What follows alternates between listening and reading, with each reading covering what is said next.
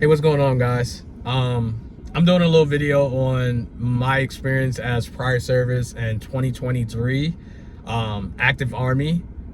Just give you a little, rundown on what to expect, what you're going to experience, and what you could possibly experience, and what to kind of like negate on when you're going through the whole recruiting and Meps process when you do go or whatever.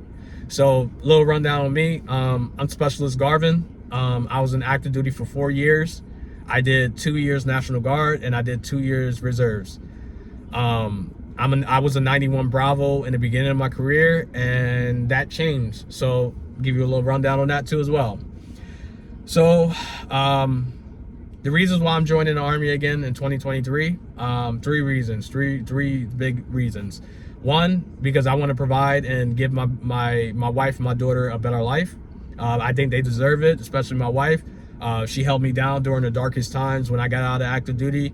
And I just feel like the best opportunity for her, for us as a family in general, is for me to go back active so she could experience, different states and different countries, and we could go on vacations, and we don't have to worry about insurance, and we don't have to worry about housing, and we don't have to worry about, food, or we don't have to worry about, just at the end of the day, basic life things to, for, people to live or whatever. Number two is because at the end of the day, I feel like I'm not fulfilled with anything that I do out here. I could be super successful in any job that I go to, because at the end of the day, I have hard work ethics, and at the end of the day, I'm just going to bust my ass for whatever company I work for. But for the rate of work that I do and everything that I that I try to accomplish, and how I try to fix things that's going on inside the company, I still feel that I'm not fulfilled doing so. Meaning, like, all right, if I'm a warehouse manager and I get, like, my philosophy was when I was a warehouse manager was, all right, if I could get 1 or 2 guys promoted each year or give them a raise or something like that, then my job is complete. The problem with that is, in most companies, they're not going to go based off of what the hearsay, what the warehouse manager is saying. They're going to go off of what the company basically needs and what the company wants to do. So no matter how hard I tried and how often I try to give people raises, try to get them promoted, try to do the right thing for people, because at the end of the day, the owners and the presidents and the vice presidents and the management, they're not actually running the company. They're actually just behind a computer, just saying this, that, and the other. The people that's the ground troops, the warehouse men, the stock boys, the clergy people, as far as like the administrative assistants and all those people, those are the people who are the backbones of each company. It's kind of like the Army in a little way, because at the end of the day, the soldiers are running and doing everything for the Army, and the high rankers are just telling these people what to do. But in this situation, that that grunt or that hardworking soldier at one point is going to be, and that person that's ordering that person that grunt to do things, they're going to be in that position one day. It's kind of like give or take, because at one point you're going to be at that position. You're going to have to dictate this back down to the soldier that you used to be, or the soldier that's that younger soldier, or lower enlisted soldier, whatever. So I just didn't feel accomplished on doing this, any type of line of work out here, because I was just like, you know what, I just miss the sense of accomplishment. I miss, like, if I do something right, you could potentially get an award for it, or you're out in the field and you're struggling, and then someone randomly comes up to you, give you a challenge coin, or it's just certain things that the military does that civilian life don't do. And I'm not. Some people are meant for civilian life, and some people are meant for military life, and I'm 100% for the military life, and I should have never got out in the first place.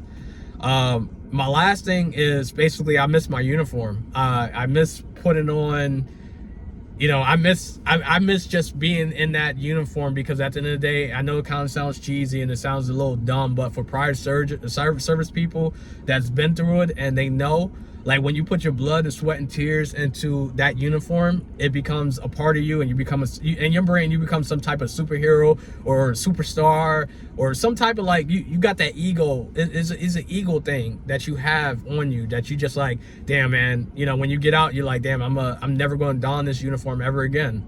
And that was my third biggest reason, because I just, like, I miss my uniform. I miss my sense of purpose. My family deserved more. So that's why I'm going back into the Army in 2023.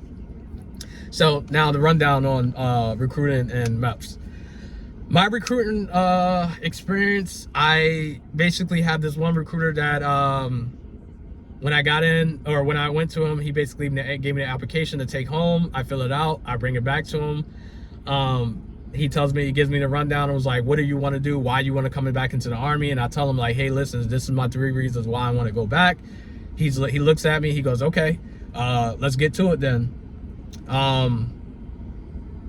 This was back early this year, maybe June-ish, maybe May. I basically started to try to get back into the military. Now, as prior service, you know that the Army basically states that prior service is not a situation where the Army needs you. You need the Army more than the Army, because they want that fresh new recruit coming out of high school or college, and they want that person that's basically they could utilize to do whatever. So at the end of the day, you're last for everything. So my recruiter, in my mind, I felt like he utilized that method as like, all right, I'm going to take care of the prior service guy whenever I get a chance to. His mentality when I'm in the office is totally different, because he's like, all right, bro, I got you. Anytime I text him, all right, bro, I got you. But the rate of speed that he used for me compared to any other person was just like, in my brain was a little off, because I'm just like, damn, what's going on with my process? It's about to be July and I'm still not in the Army. Like, I haven't even been to Meps yet. So I basically tell my recruiter, I'm like, is there any issues that prevent me from going into the military? He tells me, oh no, why? I said, I just think it's a little long. I've been here a little long waiting for the process to start. And only process, I mean, the process that I'm on right now is basically just, you know, I signed my application and that's it. He goes and says, oh, I got you, bro. Come in this week. We're going to start taking care of everything. So he scheduled me to come in. The day before I go in to talk to him, he basically states that I need a waiver. I need a waiver because back in, I don't know what year it was, probably 2018, 2019, I basically was considered AWOL from the reserves. Now the story on that, long story short on that is basically I went to the reserves. I did my time. I had to move from Staten Island, New York to Rochester, New York. I called my company up, or I called my unit up. I let them know, hey, listen, I'm moving to Rochester, New York. I need someone to sign off to transfer me from Staten Island to Rochester units or whatever. I need help on that. No one responds. I text the staff sergeant that was my platoon sergeant at the time. Hey, listen, big sergeant, I'm moving up to Rochester. I need your help. I need to transfer. I need someone to help me. No text from him. I go up to the unit. Then no one's there.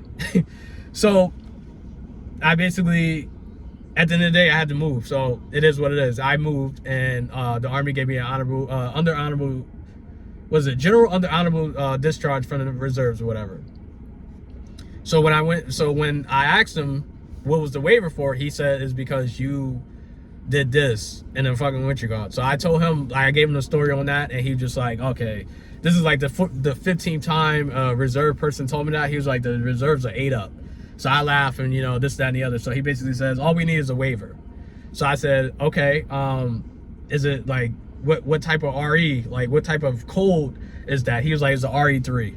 So in my back of my brain, I know what that is, RE3. So like for prior service to get back in with no problems at all, they need an RE1 or RE2 to get in with no problems. RE2, you'll probably need a waiver, but they'll probably just like wave it off the top of their head and just say, boom, you're good to go. RE3 or more, you 100% need a waiver signed by the battalion commander stating that you can get back into the Army.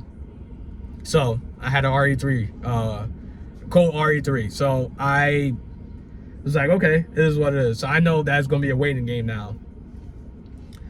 So the RE3 gets sent up, or I had to write a little letter of counseling of what happened, what I won't ever do again, how I changed this, that, and the other, and I had to basically send that up to the battalion commander, or give it to the recruiter, and recruiter sends it to the battalion commander. A week goes by. I hit up my recruiter, and I'm asking him, I'm like, what's going on with my process? Like, what can I help to, make this process a little easier? He goes, nothing, man, you just gotta wait. I said, okay, cool. So 2 weeks go by. I hit him up again. Hey, Sergeant, like, what's going on with this waiver? Like, what's going on? He goes, oh man, I forgot about you. He's like, let me check right now. So he checks his inbox and he goes, oh shit, this came back a week ago. So I'm like, okay, is it approved? He goes, no, it got rejected. I said, for what? He goes, they're basically, S1 is basically stating that it's not professional enough for it to basically, for it to go up to the battalion commander. So I said, okay, let me rewrite it. He goes, all right, yeah, rewrite it. So this is when this other recruiter steps in, which is like, I wish I had this recruiter in the beginning. This dude's awesome. Not gonna give him names. I'll probably do another video in a later time and basically give him his props and everything. But he steps in and he goes, you know what, Sergeant First Class, let me handle it. I'll rewrite it. I'll listen to him and rewrite it as professional as possible, and then I'll send it up. So he talks to me on the phone or whatever, and he rewrites it, and what do you know? It gets approved.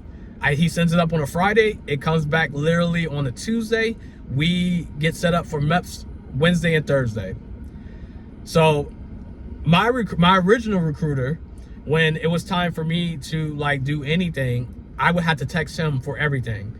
This other recruiter, literally every single time that he had to do anything with me, he would text me first thing in the morning. Hey Garv, letting you know that, this is what's going on.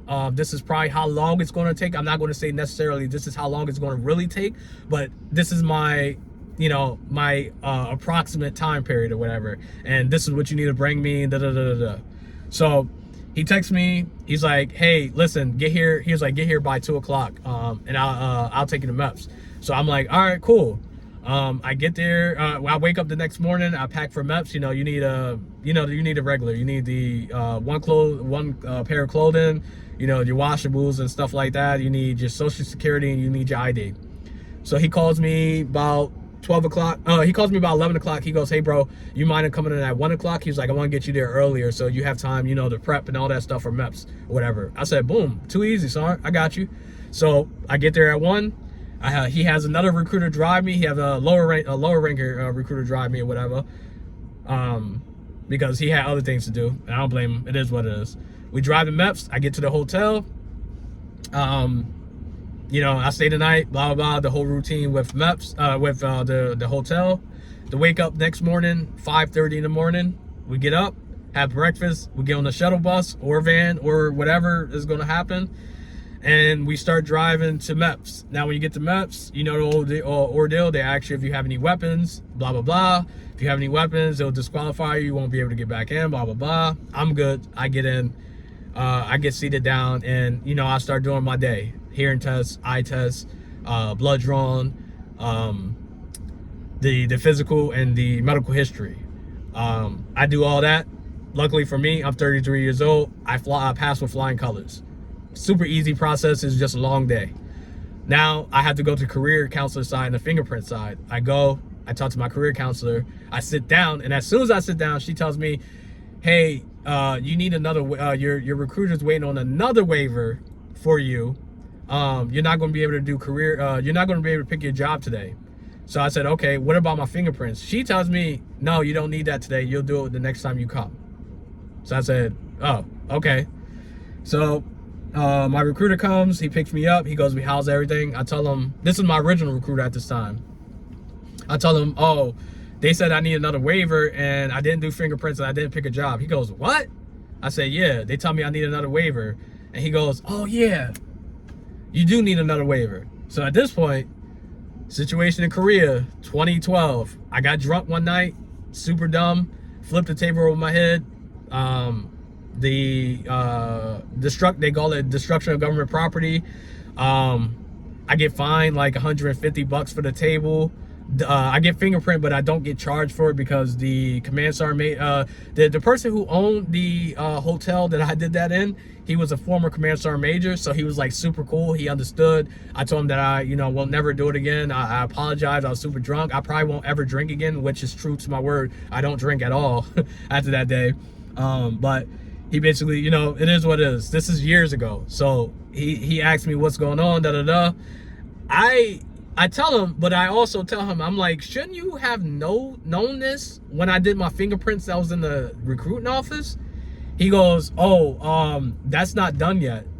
And I'm like, bro, what the hell is going on? So I sit there and I kind of like, I'm like, I'm telling my wife and I'm telling my father-in-law, I'm telling a bunch of people, like, I wish I had this other recruiter that takes over and do this other recruiter's job, because he's not doing any justice for me. Like, he don't care. So long story short, the other recruiter actually takes over because the one sergeant, my original recruiter, is going over on leave. So I said, thank God this guy is taking over. I'm gonna be good now. He sends up I had to write another, statement or whatever. He sends that up. Literally 3 days later, it comes back, it gets approved. He goes, bro, we got to send you back up to Meps. When do you want to go? He's like, I can send you up. I think it was Sunday at this point. And he doesn't work on Sundays, but it was Sunday he was talking to me. He's like, I can send you up on Monday. He was like, we could go to Monday and we could try to do that. But he was like, I don't got a lot of time on Monday, so I'll probably have to leave you there. And maybe your wife could come pick you up or whatever. He was like, because I got a whole bunch of other recruits that's doing, ASVAB tests and all this crazy stuff, and I'm running around. I also got to pick up my kids by 4. I said, yeah, no. I was like, nah, let's not do it on that date. I was like, because my wife got some things to do too as well. He was like, all right, how about he was like, how about Thursday, Wednesday, what is it, Thursday, Friday? I said, I could do Thursday, Friday. That's fine. So Thursday, Friday comes. I go back to Meps. This time, I'm avoiding the one side where medical and all that stuff. I go directly to my career counselor. Now, back to prior service. Being prior service, you're the last person on the Army's mind. They got other recruits that's shipping. They got other recruits that's basically new. So they're going to take care of them first. The shippers always go first. Remember that when you go back to Meps. Shippers are always first. So it's literally going to be from you being there from 6 o'clock in the morning all the way into the late afternoon or whatever, waiting to talk to your career counselor. So when I finally talked to my career counselor, she basically started doing my packet. She's like, oh, you're missing some things in your packet. Of course, my recruiter don't do shit for me. So she's like, I'm gonna send you to do fingerprints. So I do my fingerprints. And then I come back in and she's like, oh, I'm on the phone. She was like, I know you was coming. So I'm on the phone waiting for the people that pick the job selection team to call me, to not call me back, but she's on hold with them or whatever. I was like, how long? I was like joking around. I was like, sorry, how long you ever had to wait on the phone for, the job selection people to, pick up and, we start this process. She goes, since COVID, she was like, the longest I ever had to wait was like 45 minutes. So I'm like, oh my God, it's 2 o'clock at this point. I was like, I'm never getting home today. Bro, when I tell you, an hour and a half later, I finally sit down and talk to the guy on the phone.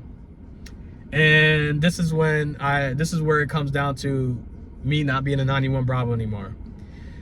He tells me on the phone, he goes, all right, prior service, he's been in this amount of years, he has this. All right, this is the options I have for him. He goes and says 11 Bravo, 11 X-ray, 19 Kilo, 88 Mike, 15 Juliet, or 14 or 16 Juliet, some shit like that. And he says some other things. Now, I'm not no wizard or anything, but I'm like, I was like, what are half these jobs? So the recruiter that came and picked me up actually is the acting first sergeant for the whole recruiting area up here of upstate New York, whatever. So she says, she was like, why does he have all combat arms jobs? So I turn around quick as hell and I look at her and say, who got combat arms jobs? And she says, he's telling you got all combat arms. She's like, besides the 88 Mike, all those other jobs are combat arms. So I said, all right, let's go 88 Mike. Fuck it. I was like, I'm good with that. So I was like, I'm good with 88 Mike. He refreshes the page, and what do you know? Idiot Mike disappears. So I'm like, all right. Maybe I was like, I told my the career counselor, starting first class, female type goes. She was like, bro, you really don't have anything else for him? She was like, he's prior service. You should have like, he should have like a lot of jobs. Like, what's going on? He goes and says, let me refresh. So we sit on the phone again. We wait another 20, 30 minutes go past. He's refreshing. 11 Bravo disappears. 11 X-ray disappears. That 15 Juliet, or 14 or 16 Juliet, whatever the fuck it was, it all disappears. And what do you know? I'm left with 19 kilo. Now, for all those that don't know what a 19 kilo is, 19 kilo is a tanker. And essentially, that is a M1 armor crewman. So, I didn't know what the hell that meant at all. Like, because I was in shock. I was like, all right, they telling me combat arms. My wife's going to kick my ass. This, that, and the other. I don't even know what a 19 kilo is. I don't have my phone, so I can't Google it. So, the acting first sergeant goes and says, bro, 19 kilo, she was like, that's a tanker. She was like, tank operator and crewman. Like, you're going to be on inside of a tank. She was like, that's a pretty cool job. I looked at her and I said, pretty cool job for who? I was like, not for me. I'm 33 years old. I have a wife and kid. Like, I was like, if my mentality was a little bit different to come back in as a, combat arms guy, I probably would have went 11 Bravo or 11 X-ray or anything like that. But you're forcing me to say that I need to take this job. So I'm like, I was like, can I come back and choose another job? He goes, bro, the guy on the phone basically goes, bro, I'm be honest with you. He's like, I will never lie to you. He's like, the next time you'll be able to get this job or whatever, 91 Bravo is probably sometime next year. So I said, wow, okay. So I'm stuck with this job. So I take it. So I get in the vehicle, whatever, and the active first sergeant, she's doing her absolute best to try to calm me down because she know I'm livid. I'm pissed. I'm like, damn, this recruiter told me I had no problems getting 91 Bravo. He told me I was going to have to do basic training and that's it. And I would see my family again. Because at this point, I was supposed to leave months ago. I'm trying to get back for my daughter's 3rd birthday. So now I'm going to Georgia or Fort Moore for 22 weeks on set. I'm be there for 6 months. And I'm like, damn, I missed my daughter's birthday. I missed my wife's birthday. I missed a whole bunch of things. I damn near missed my favorite holiday, which is Thanksgiving. And I'm going to be eating these cold, I'm be eating the bullshit food and basic training or AIT, wherever I am in November. And I'm like, damn, it's crazy. But I suck it up at the end of the day. I say it is what it is. And when I meet with the other recruiter that helped me out, he basically, he hears it. He goes, bro, he's like, I'm so sorry. He was like, it is what it is. But he was like, I'm going to tell you right now, you being prior service with, the experience that you have and all the years of experience that you have, he was like, you're going to rank up quick as hell. You're not going to be a specialist that long. He's like, you probably go in. He's like, I wouldn't be surprised if you go in your first duty station and you essentially become, a sergeant within a couple months period or whatever. He was like, because you have the time in service, you're good. He was like, just utilize this as a stepping stool for the career that you're trying to build. So I said, you know what, Sergeant? You're right. You're right, brother. You are right. So we go through freaking we get everything. I meet with the career counselor. She tells me again that that's what I got. I get my little, I get my orders, whatever. It tells me that I'm leaving on October 17th, which now is, 7-8 days away? Yeah, and literally, at the end of the day, so the process for Meps was super easy. It was just frustrating for me to go in as a job that I'm not, not familiar with and really didn't want, but at the end of the day, I'll take it. And I leave October. I'm out of here, out of my house on October 16th, going to Meps on the 16th to leave Meps on the 17th. And then I fly out. I will be making other videos on how my life is and basic training. If I have any special privileges or anything like that, being prior service, they tell me I am, but at the same time, I've been lied to so many times with the second time, going around with these recruiters that I just don't really believe anything they say. So I'm like kind of like warming my family up to like saying, hey, I'll probably talk to you guys every Sunday, if I have the opportunity to, because depending on how the, just how my what do you call it, my company, the people that's in my platoon and everything, they're acting, it all, fluctuates. We already know as private service, if your company start or your platoon start messing up, you won't be getting your phone on that Sunday or whatever. It's just whenever the drill sergeants decide. They say basic training is a lot easier, it's a lot lax. It's different from people that joined the Army back in 2010, 2011, 2009, 8, and further back, whatever. So I'm actually excited to see what's the rundown on everything like that. Like, only thing that I'm really focusing myself right now is on the running, because I know I'm gonna be struggling on that. But everything else is, a piece of cake. 33 years old, so my standards are a little bit lower than when I was, back when I first joined or whatever, when I was super young. But yeah, I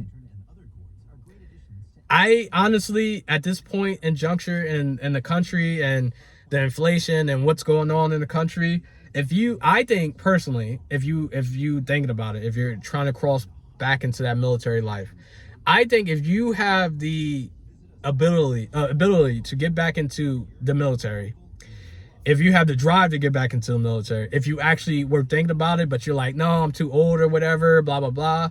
I think if you have that opportunity to do it and you're thinking about it, I say cross those tracks and do it.